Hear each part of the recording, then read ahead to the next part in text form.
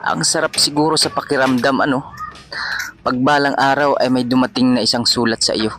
Ang nakalagay ay, Papa, alam naming nahihirapan ka sa ngayon. Alam naming na nagtitipid ka para lang kami ay may pambaon sa school. Para lang kami ay mapagbigyan sa lahat ng aming pangailangan. Papa, balang araw, kami na rin ang tutulong sa iyo. Kami na rin ang magtatrabaho para sa inyo ni Mama. Salamat sa lahat ng paggabay sa amin. Salamat sa pagapang sa amin upang kami ay makapagtapos sa pag-aaral. Kung kaligayahan nyo na kami ay makapagtapos sa pag-aaral, gagawin po namin ang lahat para masuklian ang lahat ng pagod at hirap na dinanas ninyo para kami ay makapag-aral.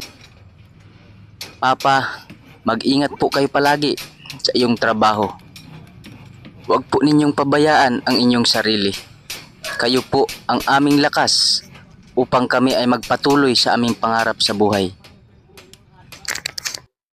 So yun mga idol, ang sarap siguro bilang isang magulang kapag mayroong sulat na dumating sa iyo na ganun, So talaga siguro yung magulang ay magsusumikap palalo para sa kanilang mga anak. Sa panahon kasi ngayon mga idol, ibang-iba na talaga yung mga bata.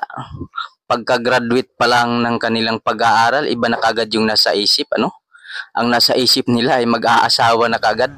Hindi man lang nila naisip yung sakripisyo ng kanilang mga magulang para lang sila ay maigapang para makapagtapos sa pag-aaral.